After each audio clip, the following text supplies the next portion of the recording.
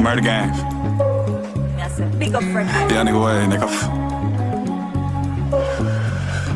You never even seen a switch, nigga. I don't believe you niggas real as you claim to be. My advice is keep it real and I still play for keys. Finna pop it in these niggas' face, the ones who fake believe. Remember sliding in the beat, we just getting A to Z. Next we swerving out of foreigns. Hey, next we swerving out of foreigns. Yeah, that's when they started hating me. My bitch asked me for a file, right? My bitch asked me for a file, now she somewhere waiting patiently. I know this shit might take a while, but day by day I drink. I know it seems as if a nigga vent, but let me slay the beat. And she gon' fuck me to my song, I feel like Player P. Then she really fucking with the track, she ain't even say the beat. Told her gone, if it's meant to be, then we'll lay to meet. Let's get it on, these niggas out the game because they can't compete. Alright, come on, and don't hit my phone if it ain't about no cabbage or no lettuce, please. Or what I'm on, I might show my business like a centipede. I know that it's hate, get in my face, and we still tend to speak. I can't even say that shit be fake, cause that's how niggas be. I'm running to this paper, get in my way, and I'ma click delete. Screaming with my dog, the first nigga saw me rip a beat. You not my five, you just see me on the television. Round with dog, but I ain't too much trying to fetch a frisbee. If you ain't wanna entertain bullshit, it has no relevancy. She say she love me, my bank has no letters in it. Push come to shove, I'll fall, but you there to get me. It's a team game, but I'll ball for a better vision. These days you gotta watch a broad, she'll let a nigga. Why my dream feel like a movie, but I could've did it. Why the scene feel like it's over, but it's never ending. Who are these folks in my head? I've never seen them. Who are these folks in my head?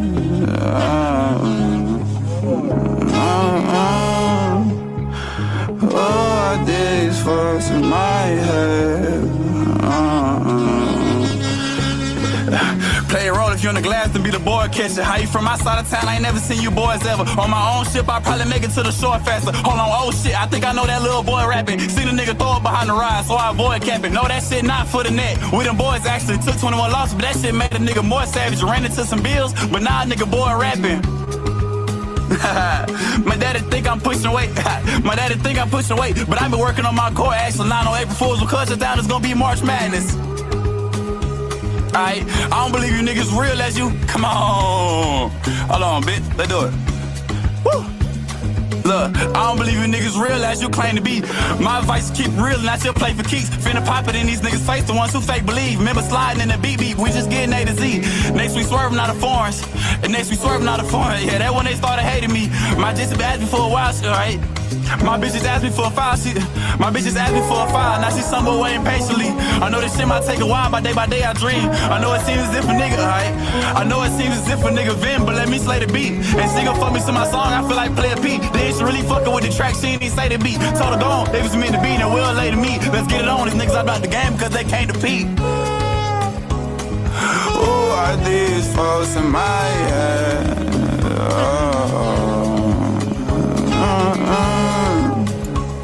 Who are these folks in my head?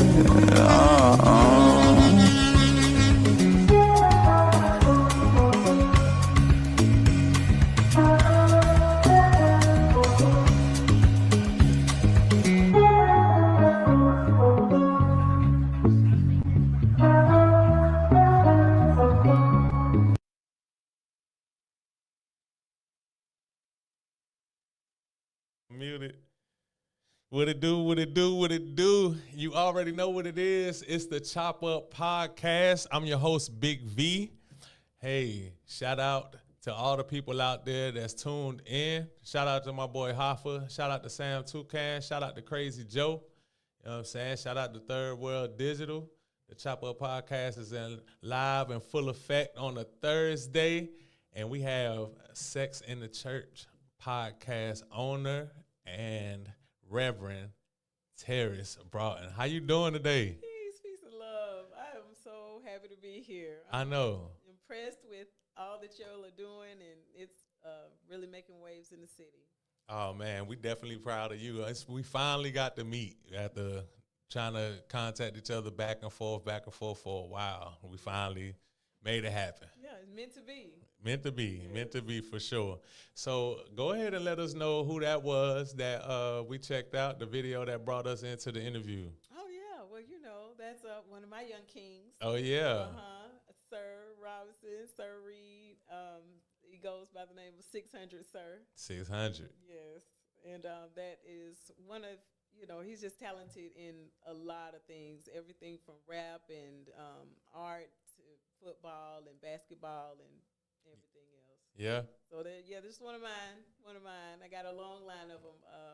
Kelder, Sheldra, Blake, Chancellor, Eldrick, Sir Reed. Yeah. They're all Oh, you got a lot of rappers. Yes. You got the city on lock. I remember when Marlon, he made his first song in our living room, in my living room. They called it The Cave. It was way back when they was in high school. So, Oh, all of them was recording in the cave? yeah, that was he made his first song there. Wow. So, yeah, I'm really proud of all of them. Cool. Long live low. Yeah, long live low, absolutely. Yeah. And so a lot of people's stories started off in your living room recording. Yeah, like I said, they called it The Cave.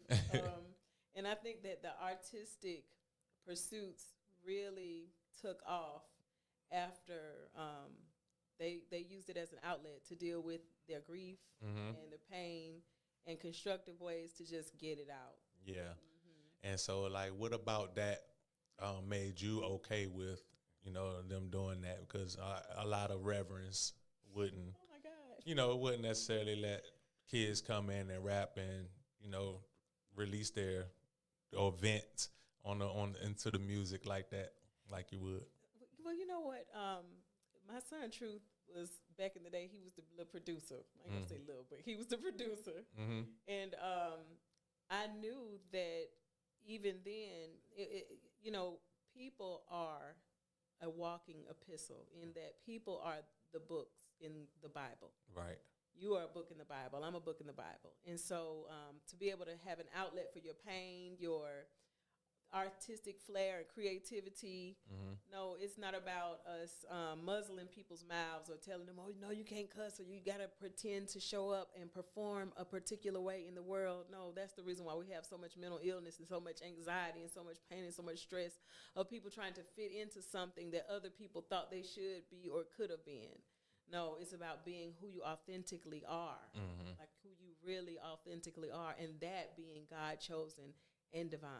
Right. How did you learn that? Oh, wow. I think I was born with this. Okay. You know what I'm saying? The reason why I ask, because, like, coming up in the 80s and before then, like, it really was a whole lot of structure as far as, like, what kids could and could not say. Oh, yeah. Expressing themselves and stuff like that. Like, yeah, I mean, we look at that was a form of survival. Right. And the black mothers particularly, we wanted you to be in a certain class of people. We wanted you to fall into a certain group of respectability, abide by that, so that you could be let into doors and rooms that the other generation wasn't. right. And so the more that you present to be safe, a safe black, and you could be in proximity to white people, then the more that was valued because, you work for Coca-Cola or you work for Go Power. Or you know what I'm saying? Yeah. And so it was a means of survival. But I don't think it was assimilation. I don't think it was that we were trying to be like them. I think that we were cloaking because you know how we do. Like, you sit down, put on, da-da-da. Then you answer the phone, ring. Hello. Yeah. You know what I'm saying? So it was just that code switching to other things that we do in order to survive and survive well in a crooked society.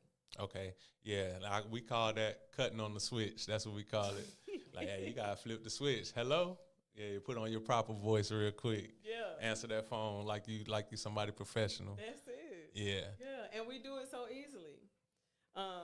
But then it's also, we are getting into the space where we don't have to. We're getting into creating our own culture. Right. And once we have our own means and we're operating our own resources, then that shows the shift. And we don't have to hello anymore. Right. Right? We can say hi, or what, you know what I mean? What's up, peace? As they say, what is it, Grand Rising? Right. Right. All of that. All of that. Yeah. So talk about your beginnings, like growing up in Pensacola. How was it? Oh, wow. I you know what?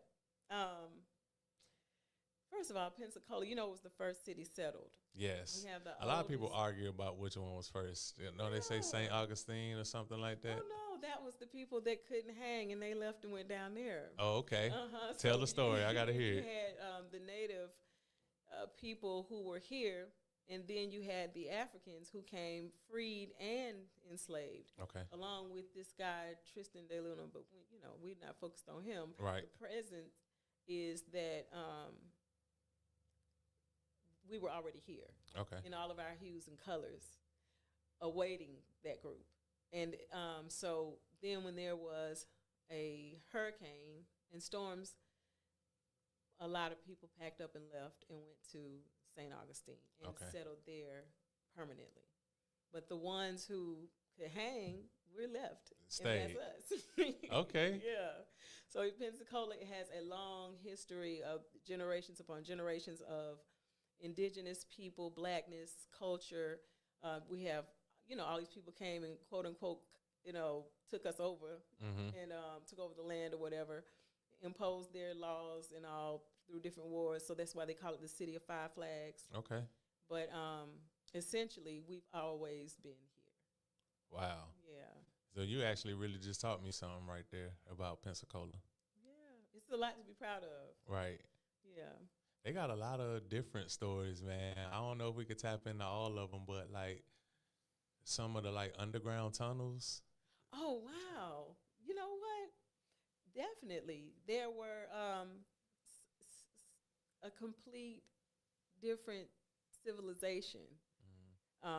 And these things that we created so that we could sustain ourselves, it's an immaculate history. Yeah. It really is. But now the problem is that we have people unwilling to engage in what is real. So we're wanting to, look at blessed as having six figures and being blessed as having a certain type of car or, being able to go on all these vacations and not realizing that is a very linear and shallow Western way of thinking about being blessed or being successful, period. Right. Like success is having health, having good relationships, being able to, because even right now, somebody said that if you lost your job and you couldn't get stamps and you couldn't get this, who would you have? Right. So to have that group of people to be rich, to be able to sustain yourself, to be able to be loved on, like that's wealth. Right. And you know what? Like, and so I can put it out there to the people that's listening. Like another way of saying that is like, I've known millionaires that killed themselves because they, you think that that's considered wealth, but it's like you got all of that and then you don't even know who you could reach out to if you need something. You don't know who really loves you for you. Right. You got all of that, and the people that don't have that, like, he killed himself. Wow, he got all this money, but it's not even about that. Like, they really be like unhappy. So yeah, and I think that's, you really open up the tale of what our generation was able to watch. Like, we saw this whole buildup of celebrity life and the lifestyles of the rich and famous. Right. And, you know what I'm saying? Like, we bought into it. Yeah. And then it blew up in our faces. And now we see that all that was a facade. Like everything. The Wiz. Yeah. You know what I mean? Like, that's not even real. Right. So we have been able to see not only the cycles of it dismantling, but also the effect that it's had on this generation. I think this generation is really powerful because, like, they don't care. Like, y'all don't care. You know what I'm saying? Yeah. They don't care to fit into what might look good. They're trying to survive and gain and really establish wealth and resources. Right. There's like an urgency to, no, I'm going to do this. I'm going to grind until it pop, and then I'm going to be at the next level. Right. It's almost like this generation is kind of swimming their way out of this current that the ship that sank, and they're swimming their way out, right, and building another way for everybody else. You know, dang, yeah, that's a good point that you just made, because I look at the kids and I'll just be listening to their thought process, and I'm just like, I would have never even thought of that. Like, Right. like For y'all real. really got some things going on up there that's gonna really like have y'all well off if y'all stick to it. Yes. So people say that it's not a lot of things for kids to do, but me on the outside looking in, I think they got a lot more opportunity, even if it's not the stuff outside. Like, for instance, us coming up, we was always outside. We had to be outside. Our parents was like, when I go to work, you got to get out of here. Right. Done. You can't come back in until, but Yeah. 4:30. yeah, and you can make it back in before the street lights. before the street lights Right. come on, and you already know what's after that. You about to eat, Okay. get in the bath, It's and then gonna be a wrap. you in the bed. Like, it's a wrap for you. But these kids these days, man, they don't go outside as much and play games and make up stuff to do to kill the boredom and all of that. But they be on these computers and they know how to work everything. Everything. Hey, listen, they know how to do everything from scamming to really doing stocks and trading. Mm-hmm. Like, I have never met a generation of people. Look, they make music and videos. Mm-hmm. This is stuff that my generation was like, ooh, one day Yeah. when I get discovered, Yeah. somebody gonna come knock on the door from California, Right. or that we had to go to L.A. or Beverly Hills To in record. order to be there. Mm-hmm. Oh no, it's In their not phone. like that. They in the phone I recorder. got the kids right now tell me when I pull up, oh no, Miss Robinson, you don't have to pay. If I'm going through a drive-through, oh, Miss Robinson, you don't have to pay because Right. they subscribe to one of my son's pages. You know what I'm saying? Right. So like, this is really, I think that the false celebrity has fallen, but the true celebrity of people I really support, people I really care about, people who I really want to win, I will support them. Like O-Dog, like in his fashion, you know what I'm saying? Yeah. I would love Bread to see, chasers. That's it. Shout out to them. Yes. And of course Blake, and of course Eldrick, Truth, all of mine, Right. and then all of the young ones, Keisha's children that were on the video. Uh-huh. See, y'all don't know that Keisha Gray, she helped me when I was 5 years old and I was making mud pies. You know what I'm saying? And it was her and Nitra. Yeah. So all of these, when I see them rapping and I see them doing the videos together, it warms my heart. Right. Because So I remember Tawana from Spencer Bibbs. Mm-hmm. So you be tapped in. Oh yeah. It's so funny because you naming a lot of them, and I know them by their rap names and not their real names. I'm just cracking up inside because I'm going to figure it out. I just don't know about it now. So look, in school, when you were in school, like elementary, middle, and going to like junior high, high school, what was in your mind? What were you set out to become? A theologian. Okay, so and then you became that. Yeah. So that you always wanted to be that. Yeah, I didn't know that I could. I wound up working in mental health and nonprofit organizations, and then I wound up accepting my calling and going to seminary only because I was, quite honestly, only because I was chasing a guy.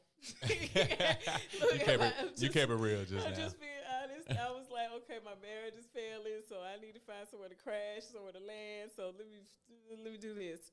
And I went to Bible college. Okay. There I made straight A's. Where is Bible college? It's called Selma University. Oh, in Selma. Yeah, but it was here in Pensacola Extension. Gotcha. And I was going because I was trying to impress the pastor. But it wound up being that I realized that this information about liberation theology and Black psychology and pastoral care was exactly what I was always wanting to learn about. Wow. And so one day he called me in his office, and I was like, oh, yeah, it's about to be on. Go in the office, and he's like, you know what? You ever thought about going to seminary? Like, seminary? Why are you talking to me about seminary? Right. And I remember telling them, no, I would never go to seminary. Next thing you know, that following year, I was in seminary. And that man respected me more than I respected myself at the time. And so I was in such a low place because, for women, when you start going through a divorce and you lose that male validation, it's like you're knocked off a pedestal. That's why girls make the songs, if you mess with me, I'll take your man. Yeah. You know what I'm saying? It's just like, hey, that male validation means a lot in this society. Right. And so when I had to kind of operate without that extra cape, then nothing that I did to get a man worked. None of that worked. And so I think that was God telling me that, no, I want you to do this the right way. I want you to gain this the right way. You don't have to,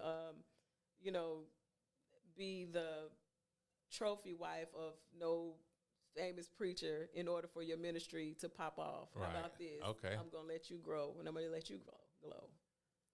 Got you. So that's pretty serious. So let's go back a little bit and talk about going into college. Oh, wow. So when you got accepted, because you went to Southern University? Yeah, I went off to Southern, and I had an awesome time. Yeah. I ain't gonna say I learned that much. What was you majoring? What was your major? English, Okay. because I thought that I needed to major in English in order to read the Bible. At the time, I thought that the Bible was written in Old English. Oh, okay. And so I was like, yeah, so if I major in English, I'll be able to learn the Bible, read the Bible, and then I'll be straight. I'll be able to answer, everything. Yeah.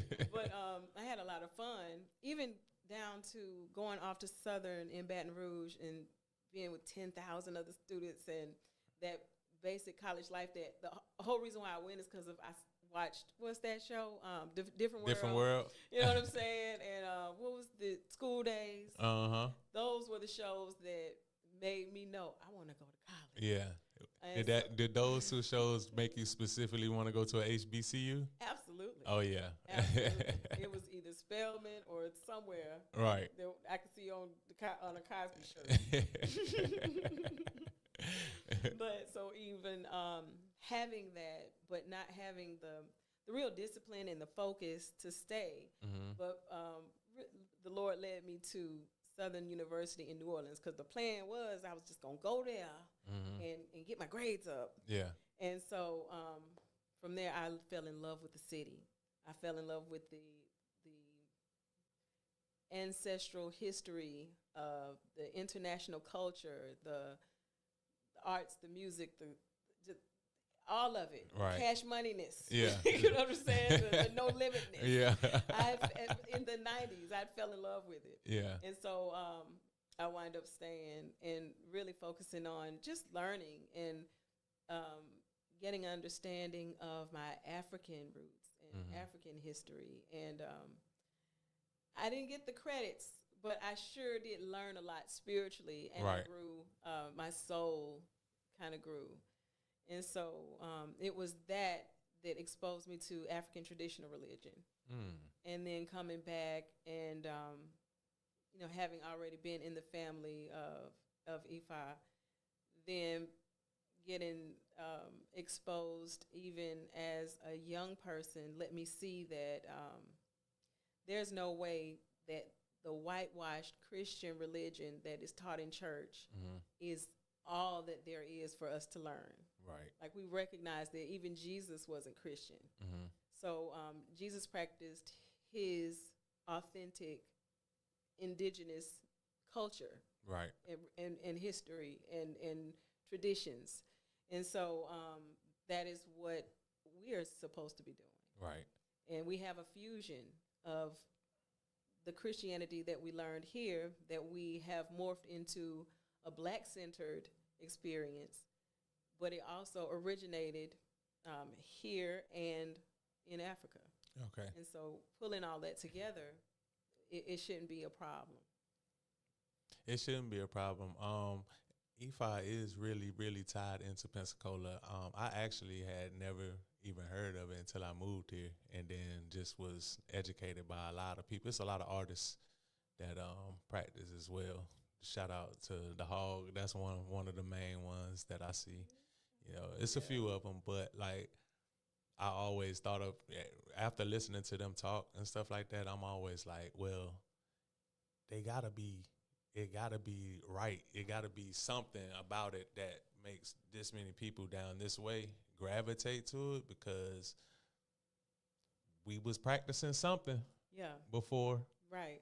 Yeah. God, the word God was just invented. You know what I'm saying? Right. So there had to be something prior to that, thousands and thousands of years. Definitely, I'm going to say this. Shout out to Golden Harvest Temple of, the queen, Ianifa Oshun Monife, who at a young age, I remember when I was, during that time, early, when I was in my marriage, young, I don't know what was going on, but I was always going to church, and I was always speaking and teaching in church. And I remember going to the temple, and she really affirmed my ministry and affirmed me from just, I wasn't even into it. You know what I mean? And I was like, I was always looking at it sideways, what's going on here? But then after the love, like, she really loved me, and respected me. And I'm going to tell you, her husband, he passed away, and she asked me to come and speak and be at the funeral and help. And that affirmed me to the nth degree. And then I realized, wow, this woman who has a whole different culture, a whole different practice, has been more Christian to me in my ministry than some of the Christians that I went to church with and grew up with. Wow. And so, yeah, she won me with her love. And so then I remember going in and getting a reading done. And I was saying, well, should I go on the mat, or should I get da-da-da? And I remember her saying that, no, the Orisha say, you're supposed to be a Christian minister. And I was like, not me. Yeah. And later on, of course, things went rocky in the marriage. I was trying to find somewhere to land, go to Bible college. Bible college, guy says, oh, you're brilliant. You need to be serious about your ministry. Then I go to seminary only because they said, go and we'll give you some extra credit for this work. And I'm like, okay, I'll go. Right. I'll go and fall in love with it. And so, and she told me during that reading that I would go off to Atlanta and I would meet people who were Christian, but also studied African spirituality. And at that time, I thought she was, okay, yeah, so she about 80-something now. She a little off now. Yeah. But she was right on point. So I have to send a shout out to her and everybody at Golden Harvest that, nurtured me and that I came up with. Because by the time I came back from seminary, here I'm getting ordained. I'm going from, who they know as Teris to now Reverend Teris or Pastor Teris. Right. And it was complete love still. When I came back, I think I spoke at the temple. You know what I'm saying? Now, do you know how hard it would be for me to get somebody from the Elay to be able to preach at the church? You know what I'm saying? And so it isn't about denomination. It's about right. Where I see God. And that's where people are going. That's where we are going as a culture. That's where we're going as a time frame. As the shift happens from this 3D experience to the 5D experience, we're going to the place of authenticity, and we're rising to the frequencies and the vibrations of the people that match with us. Right. And I think that's the one thing that kids are gravitating to that because it's more real. Yeah. It's more real and it's more authentic to everything that we're seeing out here in the world. Absolutely. As compared to me going to Sunday school with Granny. Do you hear me? Yeah. And the value of going to now, I ain't not. It's definitely a lot of value in that. I would never knock it because that's how I was raised, and it's a lot of lessons from that still stick to me to this day. Me too. But it's like the seeing of everything else, like us actually. I'd be like, you want to know everybody's business? Go to church. Go to church. Type of deal. Like, right. I'm going to know about any and everybody just from Granny. Just from just sitting by Granny, listening to her talk to her friends. I'm gonna find out about everybody's business. And it's just like. Yeah. But you know what? It's because it is the spiritual hospital still. Yeah. In the Black community, it's the place where You go if you're in need. You go if you feel broken. You go when, I done messed up. Right. You go, you know what I'm saying? It's Yeah. the place where you go. And so I think it is greatly contingent upon the spirit of the church and the people that are carrying it. Yes. The issue is not the fact that you know their business. The issue is their business something that can be considered shameful, or is it a call to your action? You know, because Barbara Ann have all them kids and they ain't even got no clothes. Could be, Right. Or it could be, hey, y'all, I'm finna come over and pick up your $50 and your $50 and your $50 so we can give Barbara Ann kids some clothes. That's a good point. That's a good point. So it's the health of an organization, the health of the organism. Yeah. Shout out to Leon. Shout out to LT. Said Supreme tuned in. This is my type of interview. Shout out to Mrs. Reverend Teris B and the Chop Up Podcast. He said you dropping jewels. I love it. Yes. I told y'all you got the realest podcast in the city. I love it. And you one of the realest reverends that even come on here and chop it up with me. I'm definitely the coolest pastor in the city. The coolest pastor in the city, y'all. That's a hashtag I need to create. Hey, the coolest pastor in the city. You already know who it is. Nobody else, but I'm the coolest. So, bring me back to this timeline when you said your marriage was failing. Like, what happened? Well, I got this call. Well, first of all, we made a lot of money. Okay. You know what I'm saying? Yeah. And when Negroes make a lot of money, you know, don't do us like that. People start looking good and all it right there. Yeah. And my focus really got on ministry and doing a lot of preaching and teaching in the group homes and all this. Okay. And then my husband, you know, he was a strong black man, fly, you know, kept his boys. And when you have a lot, when you get the attention of a lot of people, it could really make you or break you. So I shout out to him, my ex-husband, whom I love. You know, he makes a great ex-husband and a great father for the kids. And I learned so much, young, married at 22 years old. Oh, wow. You know, and we built an empire really together, and there, you know, things fall apart. And so, but what I learned about myself was that I was using him as a cloak. Oh. I was using him as, I was married now. Yeah. So y'all can't play with me. Yeah. You know? A lot of women do that. Oh, yeah. And so because of sexual objectification, because of sexual commodification, because we have been taught that, you know, our value is based on who we are to men because they are the most superior. Right. And this is not our stuff. This is what we got from the folks that came and colonized the area. So when we buy into that framework and those systems, then it's easy to do. Yeah. Yeah. Yeah. Not realizing that it's natural that the women are the backbone, that the women are the strong ones. You know, we are. Y'all are here to definitely guide us, to nurture us. You know what I'm saying? Yeah, we're gonna go out there and do some strong stuff. That's it. Yeah, we're gonna do that. Yeah. But as far as like thought process and, you know, like the queen basically is the most powerful on the board. Well, I'm gonna say this. In balance, yes, queen is most powerful on the board, on the chessboard. But we remember the chessboard is made by Europeans. You know what I'm saying? Not really, but the origin of it is thinking that everybody has their place. Right. Right. And even the queen, she can do all of these things. She can do everything that everybody else on the board can do. But only when she's locked into the king and they are working together is she's most powerful. Yeah. Because you can have a queen. I done took many a queen off the board. Yeah. You know what I'm saying? Because you're not locked in. Right. And so there's that balance that is promoted with our history and our culture. And there is the matrilineal and there's the there's both. And yes, I agree with you. When we look at the Bible, it talks about how the man was given like dominion, as they say, over the earth and told to go do this and go name it and go get, subdue the earth and blase.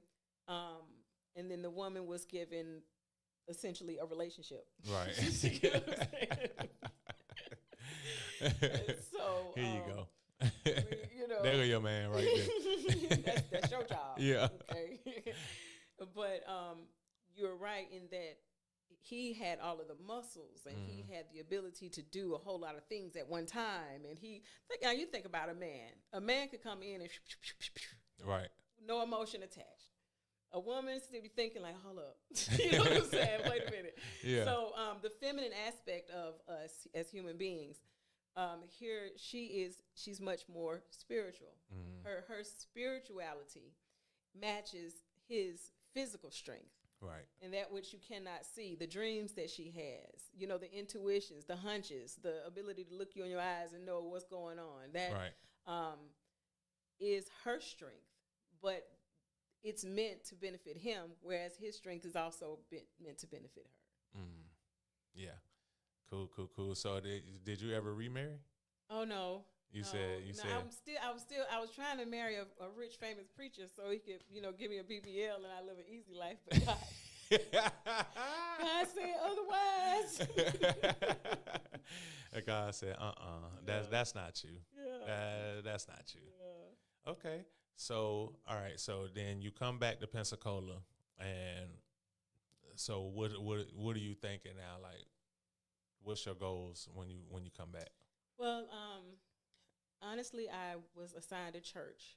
Okay. So with my denomination, we started in the 1800s, the AME Church, and I was assigned to a church. And just like most women preachers, you know, they send us 2 hours away. We got to travel some dirt road. Right. But I really learned a lot with that group of people. Let me tell you something about that group of people at St. Luke AME Church in outside of somewhere in Florida. I forgot. Outside of Tallahassee. Okay. That's the name. But all of them own land. All of them own their cars. They own their houses. I don't care if it was a double wide trailer. They own it. They owned it. And it was on 3 acres of land with greens. Wow. You understand? Wow. So, and all of their children was going to college. They would go to FAMU. So, Vernon, Florida. That's where it was, Vernon, Florida. Okay. So, you know, the mindset of that group of people, the mindset of people that are not trying to be flashy. They are really trying to have something and be something. I think all of them kind of worked government jobs or whatever was available in that area. Right. But they made the most of everything that they had. And I learned so much from them. Now, what happened was there was a naked picture. Okay. It looked like a naked picture. It wasn't really a naked It wasn't for real. but it looked like one. a naked picture of me that started floating around. And so just for the sake of the congregation and their Hold on. Now, why would somebody do this? Well, because I was gaining a lot of popularity, and I was asked, just jealousy. Okay, you know what I mean? yeah, Just I was jealousy. like, when did the jealousy kick in? You already like, know. It's always somebody. It's always, and because we're taught as women that we have to compete with one another, my presence becomes a threat. Right. And so it was kind of about a get down or lay down move by another woman in ministry. So okay, but yeah, they took it was a picture of me and they cropped it and did all that. Yeah. and well, no, it's an actual picture of me that I took, but it was a political statement that I was making, and I did it while I was in school. I looked like I was naked, and I had a sign that says, "I'm naked and still not asking for it." And so, but people, if you just send that to somebody, and that's your pastor, you know what I'm saying? That's the reason why you can't even date as a pastor. You just can't like, yeah, they're your pastor. It's just they don't match. Right. So, because of my love for the congregation and their position in the community, I just went ahead and stepped down. Even though I knew that it was nothing that I did wrong, it still it blurred the lines of respectability, of course. And of course, like I said, I brazenly fight against that. Right. So with all integrity, I stepped down to preserve them and my own, theirs and mine. Okay. So you stepped down, and that was way out in Vernon, Florida. Yeah. How far? You said it's outside of Tallahassee. Yeah. Shout out to Vernon, Florida. Shout out. Yeah. Shout out. Yeah, I know you guys definitely learned some lessons. For real. You know, going out there and everything. Yeah, but when it was a brother, 80-something years old, I remember him saying to me, Pastor, I've been going to church all my life, and I never heard the gospel taught like you teach it. That was all I needed. That's it. That was it. If I could just, it was just one. Right. You know what I'm saying? And it was really dope. I had a great time and learned a lot. Cool. So now in Pensacola, like we were talking about earlier, how a lot of the young rappers, you know, gravitated to your house. And what is it about you, and what is it about your style that makes the youth gravitate to you? You know what? I think it's them. You know, I don't think they're there for me. I think they are. It's the group. It's that special group of young men and young women. Mm-hmm. I mean, look at them. Right. All of them are go-getters. All of them are bad. All of them are, you know, wanting to do 2 and 3 different things to make sure that they create a life for themselves. Mm-hmm. So I think it's really them. Yeah. They are the ones that make me be cool, Mama Tears to everybody. Like, you know. Yeah. Mm-hmm. So in all of this with you, like coming back to Pensacola, when did you get the thought process of, I want to do Sex in the Church podcast? Wow. See, look, Sex in the which got me blackballed from a lot of circles, by the way. I believe it. But Sex in the Church podcast actually started. It actually started in Atlanta when there were students on the seminary campus who were renting dorms from Morehouse. Mm-hmm. And there was one young man who had a Bill Gates scholarship. He had a 4-point-something coming out of high school. And here he is at Morehouse College. Mother's Day, we're all in the little room there, the kitchenette. And he's talking about how his mom said everything would be great with him except that one thing. And I was like, oh, gosh. You know what I'm saying? Like, what do you mean that one thing? And he was like, because he's gay. He's gay. Yeah.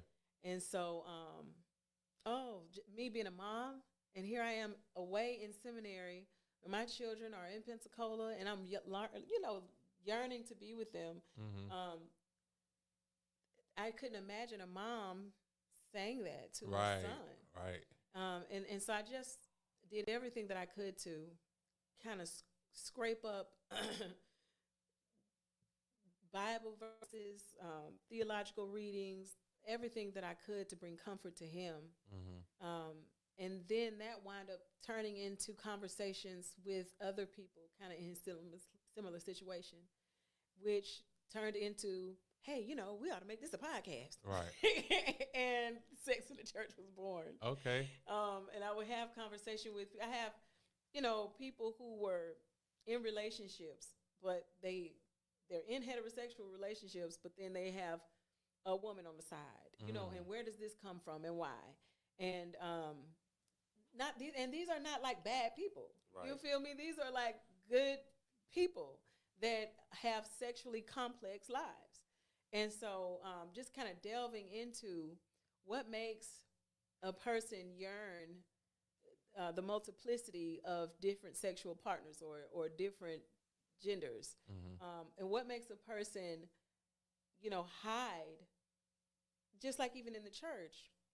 If you were sweet, as they used to say, you could be in the choir, but you couldn't do nothing else. Mm. So this is problematic because what happens then when, little Craig turns 14 or 15, then 16 and 17, and then his voice changes? Are you going to wrap your arms around him, or are you going to make him fit himself in a box? All right. So just all the different complexities, and even down to marriage. We have premarital counseling. We celebrate weddings, but then when people get divorced, what happens? We don't have post-marital counseling, right? We don't have. Oh, wow, that's a you good tried point. it. Great job. You That's know a what good I'm point. saying? We're proud of y'all for Yeah, for going. at least You know what trying. I'm Yeah, saying? No, let's just leave the people there broken and bleeding. Abortion recovery. You know, you shame the girls for being pregnant. They go and sneak and have an abortion, but you don't have anything for them to recover from that. And then you have the men that had hand in it because they gave the money or gave the yes, or worse, didn't respond at all, which forced her to. And so all of these are sex in the church matters. We have to talk about these things. Wow. And I think that when people hear the name, they don't associate it with everything that you just said. Right. They just, it's like it's like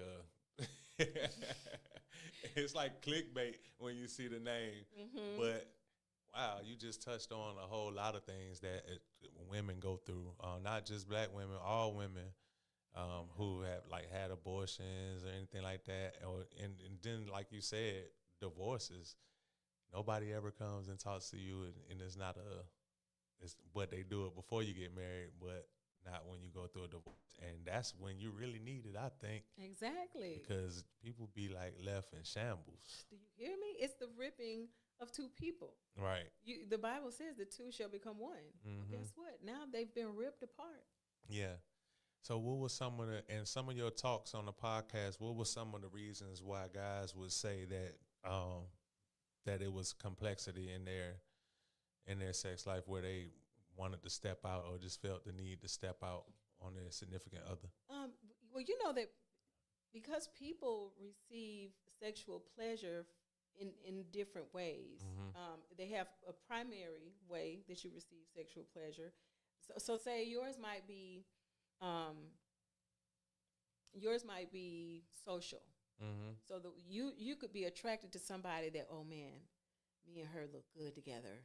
You know what I'm saying? Yeah. And your secondary would be the emotional part, and then last would be sex.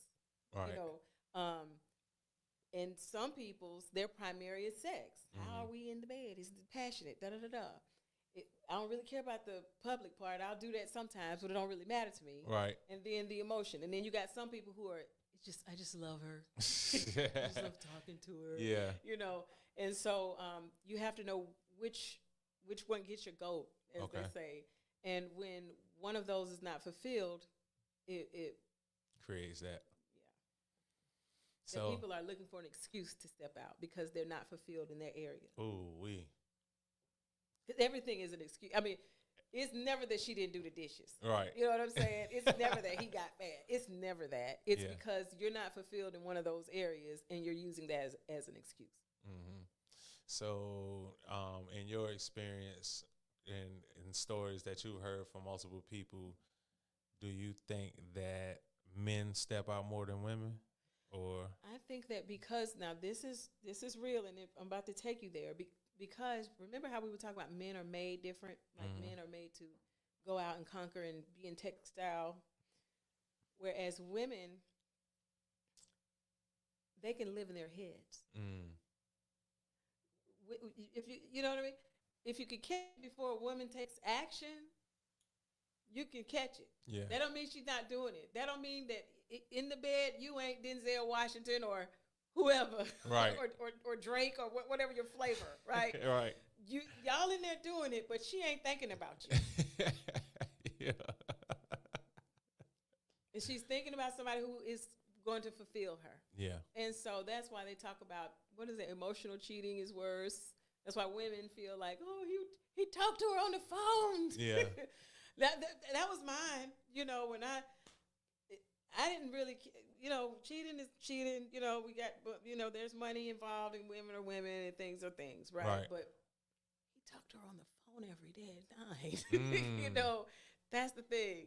And so, because that's an emotional connection. Yeah. So, when we start looking at making those vital connections, right, then might as well let it go. And you know, I see young people, some young girls specifically, they'll post on Facebook or social media and say things like, my grandpa and my granny been together 70 years and this and that. Why can't I find somebody like this, or why y'all can't be like how my granny and my grandpa was? And the whole time I'm sitting back thinking like, cause your granny just was at the house cooking. Do you hear me? Your grandmama, granddaddy didn't have cell phone. Yeah. They did not have the pressure of everybody knowing where he was at that time. I promise you the divorce rate would have been much higher. I'm like, and Granny knew, even though they didn't have all that to know where he was at, Granny already knew the deal. It's just was that you got kids, you Right. at the house, you Exactly. take care of home. Listen, let's not even play. Let's not even play. The concept of marriage in itself Yeah. is a contractual agreement that says you will take care of me. Now, if that is not happening, then what are you? I mean, let's just really be clear. Women are having sex with men that are not paying the bills. They're doing that all the time. The women that are considered balling are the ones that, girl, he pay my bills. You know what I'm saying? Right. So can you imagine, like, wife is like the ultimate. You have reached tenure, like a professor reaching tenure. Right. Honestly, you are, for all functional purposes, a prostitute that has now been upgraded. Damn. This is the contractual agreement. Yeah. So now I pay your bills. I make sure you're emotionally right. I'm with you in public, holding your hand. I'm doing all the things. And I chose you for that because of whatever my contractual agreement was that I needed fulfilled, Right. what my non-negotiables. And so when you reach that status, yes, it's having a salary job instead of clocking in per hour. It is just that. Right.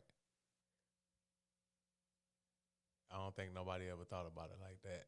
But But you broke it down. So like, I got all kind of questions now. So it's like, do you think that it's natural to be monogamous? Absolutely. Okay. It's natural for a lot of people to be monogamous. It's not natural for another group of people. There are some groups of people that sexually are wired for not only frequency, but multiplicity. Okay. Just like you have different gender, just like you have a spectrum of genders, right? So you have an extreme male over here, and then an extreme, just feminine female over here, right? But everybody else falls within this spectrum. It's just not boys and girls. Right. And so that means that people will choose someone that, in my theological understanding, God is equilibrium. God is balance. Right. And so you're going to choose somebody who balances you. So whether you are heterosexual or homosexual, you ever see this? Who was that guy? Remember Sanford and Son? You know, he had, who was the one who had the wife? Rollo. Who's the one who had the wife? Esther. Yeah. And, you know, she was really telling her husband what to do. You know what I'm saying? Really kind of aggressive. Right. But then he was like, okay, I'm going to go with you. Right. It kind of worked. It balanced out. Fred and Wilma. You know what I'm saying? And then she's okay. Like, you know, they balance out. And so we see this in heterosexual relationships. You always see a man that is a certain level of masculinity that matches a woman that meets it. And you also see it in homosexual relationships. Okay. That's why we ask questions like, well, who the man and who the woman? You know what I'm saying? That's true. Because one of them is going to assume a certain gender role, and the other one is going to do the other one. And so you'll find in homosexual relationships with women, a lot of the primary of it is not really sex. The primary of it is emotional support and public validation. Yeah. You see them out. Display of affection. You see in public. Yeah, you see a lot of that is important to women or some women. Right. But then in men, there is a lot of activity. Well, we did this, we went there. You know what I'm saying? Yeah. And so people are people. So when we pull it over here to heterosexual communities, and you're looking at how people are coupling in order to meet the needs of society together, you have things like marriages. Yeah. Is that people are just getting married just for the stature or just for the look? Well, not just for the look. Not just for the look. If I feel the same way about life that you feel about life, True. then let's do life together. We put it on contract so that it could be a benefit to both of us contractually. Right. But it really is a emotional connection. Yeah. Yeah. I know some people that have been together forever and not married contractually. You see what I'm saying? Yeah. Yeah. So the basis of let's looking at life, if people are doing life together, Right. it makes it easier.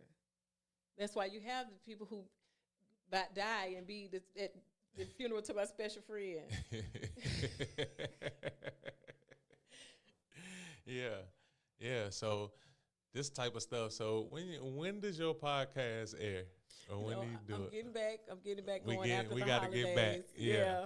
I'm going back after the holidays. I have lined up a few preachers in the city Okay. that I'm going to be having this candid discussion with. But see, when you think about preachers now, you got people, a lot of these people are over 65, and they're like, oh, I got my phone, baby girl.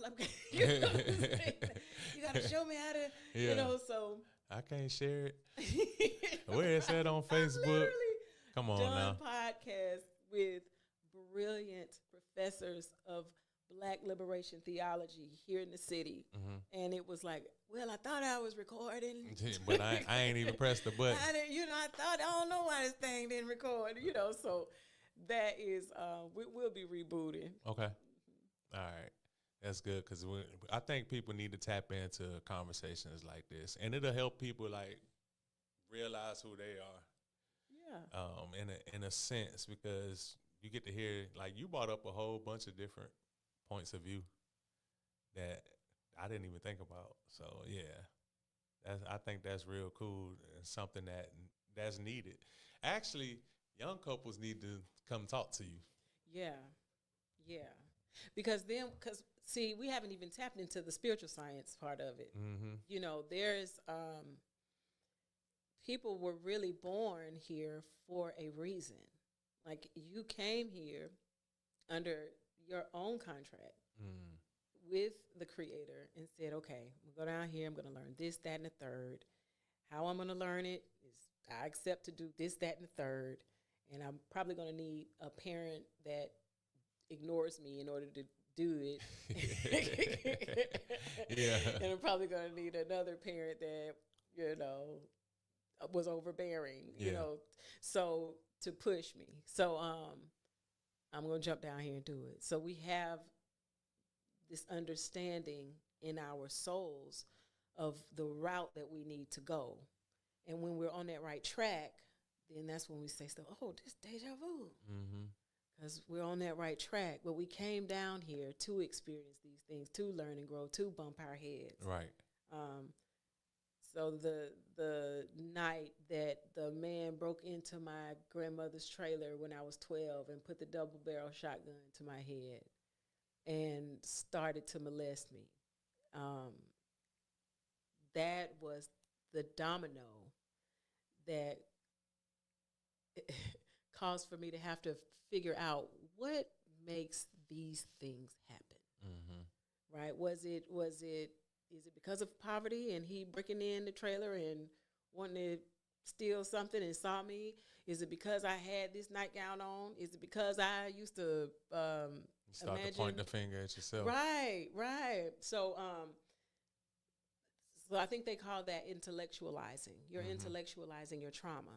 But in doing that, I began to make an assessment of everything: spiritual, psychological, social, cultural as it related to why that incident and other subsidiary incidents took place. Okay. Why is it that black women and black girls are the most exposed to sexual abuse and sexual assault and sexual coercion? Why is it that 73% of us experience those things with people who we know, who, you know, are invited to Thanksgiving and Christmas, who are there when we wake up on Saturday mornings? So we can't look at sexual trauma and sexual abuse and then the recovery of that as something that's, we can deal with that over there. No, it's right here. It's Uncle such and such. It's cousin it. You know, it is my godmama that touched me. It's the devil, you know. You know what I'm saying? And so we have to deal with these things, even though we don't, it's not comfortable. The reason why it's not comfortable is because it's the people that we love. Yeah. It's the people that we love, and then us as kids who try to share that with the grown up that's supposed to protect us, shuts us up, actually. Yes. Tells us not to speak on it. This is family business, blah, blah, blah. You do all of that, and then, like we were talking about mental health, like that's something you have to lock inside. You have to hold this inside and really fake it in all these family reunions and all of these Thanksgiving dinners and all of this with this person around that did that to you. My God. And then they look at you when you spaz out as you the crazy one. You the problem. Yeah. Whole time you the curse breaker because you the one saying something. Yeah. And then here's the thing with the shame that they're experiencing, the fear of loneliness and rejection, the fear that even if they say something, they won't get the response that they want, right? And that's a parent. If this child was violated, now I stand the risk of, oh God, having to do this alone. And am I strong enough, and where I'm going to find the strength, and where I'm going to find community? And you know what? It happened to me, so I'm frozen in trying to make the decision what I'm supposed to do. So a parent's inability to handle that is not their fault. It's the people perish for lack of knowledge. And that's why sex in the church is so important. Yeah. Now let me ask you something about that. And this is for people that went through similar situations. If you did, how did you heal from that experience? Oh, wow. I went through years of therapy, 7 years of therapy. But also, I was picked up by the women around me. It was the women around me that taught me how to love myself more. It was the women around me that taught me how to regulate my nervous system to the point where I didn't attract that same energy back again. It was the women that gave me those sacred secrets of how to cleanse my body and what meditations to listen to. Because even after sexual assault and sexual coercion and sexual abuse and all of those things that happen, if you don't attend to it or deal with it, it's going to leave a dent. And it's almost like a cake pan or a bundt cake pan. Right. You know, if it has a dent, everything that you cook in it after that is going to be dented. And so there's that little thing about you that is either highly paranoid, or you're quick to accuse, or you are trying to people please, or you objectify yourself. You know, there's this willingness to acquiesce to being subservient to someone that you know is not genuine with you, just to have their time. So the bar of what you expect and how you expect to be treated becomes lower because you have this thing that you feel that there's something wrong with you, inwardly, intrinsically wrong with you. And so until you fix that, you're going to wind up being promiscuous. Until you fix that, you're going to wind up pulling in people who would be abusive. Until you fix that, you're going to have that dent. It's going to be that. Right. even if you don't pull in somebody abusive, you'll push away the person that's treating you right because you associating love with this other stuff. Because that's your set point. Mm-hmm. And subconsciously, you don't think that this person loves you if they're not being overly aggressive or accusing you or whatever. Yeah. If it's cool, it's something wrong because that's not your set point. Yeah. And that's the thing about regulating. Something wrong with him. Why you being extra nice? Because I'm polite? Right. Right. He ain't got no trauma I need to fix. And I'm not useful. Right. I ain't used to this. I'm extremely insecure right now. Nah, I can't talk to her. Right. They being too weird. Yeah. Like, wow. Okay. I just sent you flowers. Yeah. What this supposed to mean? What this supposed to mean? Keep these flowers. No, but yeah, we do. And we operate out of our trauma. Mm-hmm. We operate from, actually, it's from the need to fix the trauma. Right. So we put ourselves in that same situation again to do it better this time, so it'll turn out better this time. So if I fix this thing about me, right, then that means that I have redeemed myself from it happening the first time. Wow. So that's why you see people get in the same types of relationships over and over. Mm-hmm. Yeah, you definitely see that. You see that a lot with. I don't really see that a lot with guys though. We try to go the complete opposite way. We try to. Like, nah, I ain't doing that. Yeah, I ain't doing that. But women do though. Women do. And it just starts off like they're so happy, and then it ends up in the same exact the relationship that you was in prior. Yeah.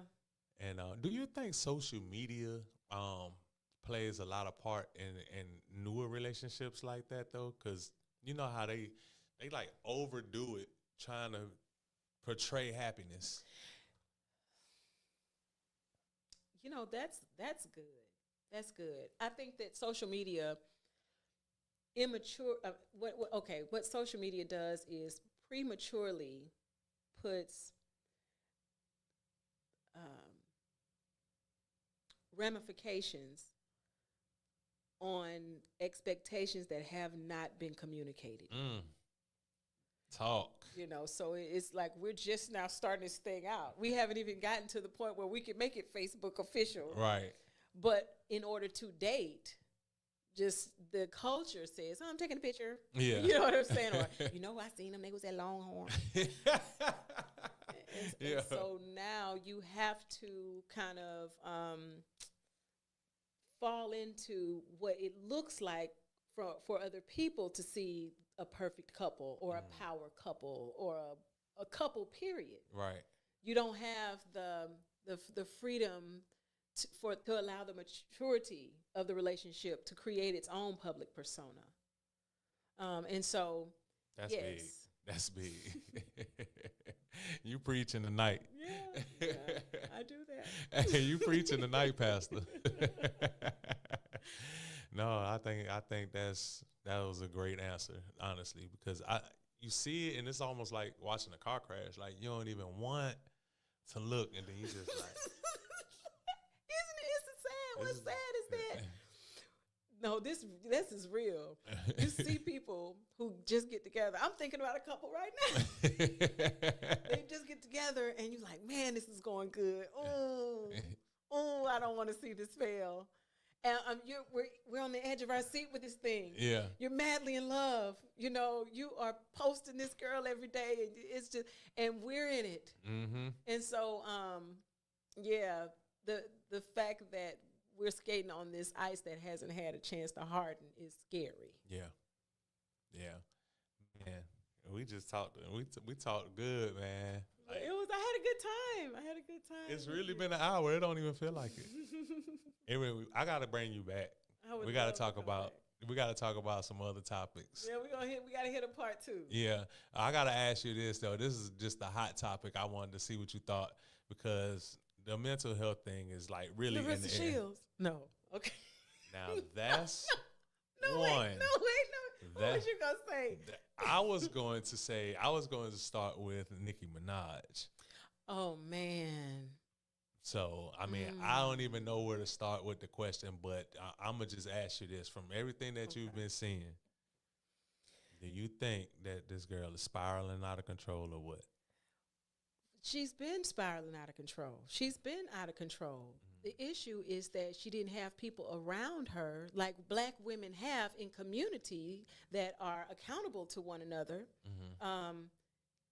Your money made you out of reach. So therefore you became out of control. Okay. Can't nobody tell you nothing if you could fire them and change their livelihood. True. If your good graces, you know what I mean, means the fact that the difference between my kids eating or not, you're doing just fine.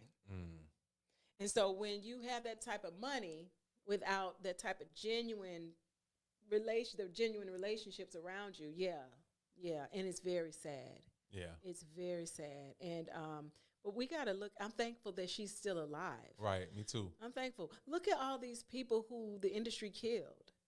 Poor Whitney Houston. Yeah. Michael Jackson. Prince. Prince. You know what I'm saying? These people, we know that y'all kill these people. Juice WRLD for the young ones out there. Okay. Aaliyah. You know, even recently, Angie Stone. Yeah. Man, y'all killed that lady. Right. You know, so the attack it's a full on attack, and if it's lay down and get down, and if not, you going to jail because they privatize the jails, and you know they own that too. They own stock in that too, and so yeah, let's talk. I can't wait to come back because the pressures that she's under without basic community that's what it looks like. Look what happened to Wayne. He's a genius. Right. This man is an absolute genius. I thank God that he's still here. Right. So all the things that they had to endure without even realizing the weight that they had on their backs. They were still young. She was a young girl. Right. Growing up in this type of evil. And the necessity to escape from reality causes drug use. And that's not a reality that she created. It's a reality that she inherited because she was trying to get her people out. Right. So, yeah, I can't wait to talk. Okay. Yeah. And that's how we're going to end it. This is the Chop Up Podcast. I'm your host, Big V. It was an honor having you. It was an honor finally getting you on the show. Shout out to the coolest pastor in the world, Rev Teris Broughton. Chop Up Podcast. We are signing off. Let everybody know where they can find you at on all social media. Reverend Teris Broughton Robinson and Pastor Teris on Instagram. Okay, and shout out to your YouTube page too. Yes, my YouTube page is Pastor Teris. Yes. Also, Sex in the Church Podcast. Make sure y'all subscribe. Also, follow us on Instagram, The Chop Up Podcast. Subscribe to our YouTube page, The Chop Up Podcast. It's the one with the axe. And we out of here. Peace.